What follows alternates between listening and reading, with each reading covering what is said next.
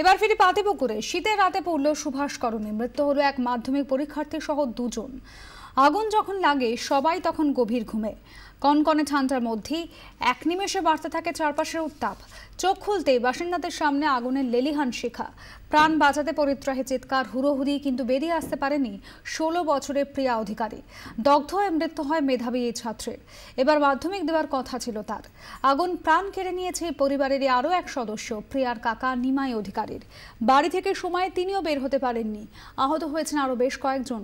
পুড়ে ছাই হয়ে যায় কম করে 20টি বাড়ি, সর্বশান্ত বাসিন্দারা। দমকলের 16টি ইঞ্জিন বেশ কয়েক ঘন্টা চেষ্টা আগুন নিয়ন্ত্রণে আনে, তবে অনেক জায়গা থেকে ধোঁয়ার কুণ্ডুরে দেখা গিয়েছে এরপরেও বহুক্ষণ। কাঁদুনি চলে গেল, আগুন জ্বলতে তখন আমি বেরোচ্ছি, কিচ্ছু নিতে পারিনি, আমি কিচ্ছু নিতে পারিনি। আমি কত কষ্ট করে করেছিলাম জিনিসপত্র, অনেক কষ্ট।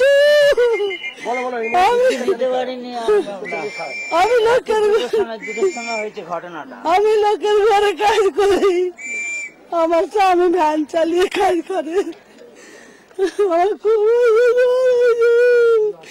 আমি বেরোচ্ছি তখন আগুন।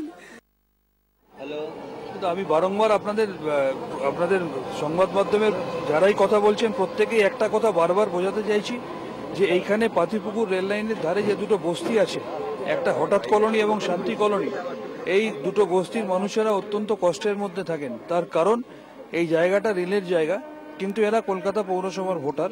আর কলকাতা পৌরসভার তরফ থেকে বিভিন্ন রকমের সহযোগিতা যখনই আমরা করতে আসি, আমরা দেখি রেলের চরম অসহযোগিতা। ইতিমধ্যে গতকাল শীতের মধ্যরাতে এরকম একটা মর্মান্তিক দুর্ঘটনা ঘটেছে। আমাদেরই পরিবারের দুটো মারা গেছে, তার মধ্যে একজন কৃতি ছাত্র, 15 বছর ছাত্রী, 15 বছর বয়স, শিল্পকলা পড়ে। এটা অত্যন্ত দুর্ভাগ্যজনক বিষয়। আমরা যুদ্ধকালীন তৎপরতা, এলাকার সমস্ত মানুষ এখানে পথে নেমে আমাদের দমকল বিভাগের তৎপরতায় আগুন নিয়ন্ত্রণে এসছে, কিন্তু তাদের বাড়ি পুরো ভস্মীভূত হয়ে গেছে। ইতিমধ্যে আমাদের মাননীয় মন্ত্রী তথা মহানগরিক শোভন চট্টোপাধ্যায়ের সাথে আমার বারংবার কথা হয়েছে। মাননীয় মুখ্যমন্ত্রী মমতা বন্দ্যোপাধ্যায়ও কমিউনিকেটেড হচ্ছেন। আমাকে আমাদের কলকাতা পৌরসভার তরফ থেকে আশ্বস্ত করা হয়েছে রাজ্য সরকারের সাথে কথা বলে এই মানুষগুলোর যত রকমের সহযোগিতা প্রয়োজন সমস্ত রকমের সহযোগিতা এনারা পাবেন, এ নিয়ে কোনো দ্বিমত নেই। আর আপাতত আমরা এখানে স্থানীয় দুটো স্কুলের ব্যবস্থা করেছি। সেই দুটো স্কুলে এই যারা আক্রান্ত পরিবার, যারা ক্ষতিগ্রস্ত পরিবার, তাদের মানুষগুলোকে আমরা দুটো স্কুলে শিফট করে তাদের সব রকম ব্যবস্থা করব। কোনো রকম কি মনে হচ্ছে যে কোনো উদ্দেশ্যের পেছনে কাজ করেছে, যে যেহেতু রেলের জায়গা এই বস্তি, কোনো ঘটনা থাকলেও থাকতে পারে? আমি আবার বলবো, কালকে মধ্যরাতে 3টের সময় ঘটনা ঘটেছে, এখন সকাল 8:30 বাজে। এটা তদন্ত সাপেক্ষ বিষয়, এ নিয়ে আমি কিছু মন্তব্য করব না। তবে একথা নিশ্চয়ই বলবো, বিগত 1.5 বছর এই অঞ্চলে কাজ করতে গিয়ে দেখেছি, কাজ করতে গেলে রেলের সহযোগিতা পাওয়া যায় না। আপনাদের সংবাদ মাধ্যমের মধ্যে দিয়ে আমি রেল দপ্তরের কর্তৃপক্ষকে অনুরোধ করব, এই মর্মান্তিক দুর্ঘটনার পর যখন সরকার এবং কর্পোরেশন সাহায্য করতে আসবে, তখন যেন দয়া করে রেল কর্তৃপক্ষ সহযোগিতা করে, কোনো রকম অসহযোগিতা না করে।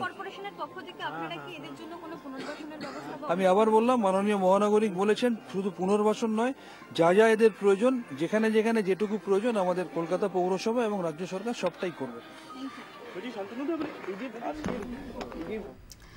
শুনলেন কাউন্সিলর শান্তনু সেনের বক্তব্য।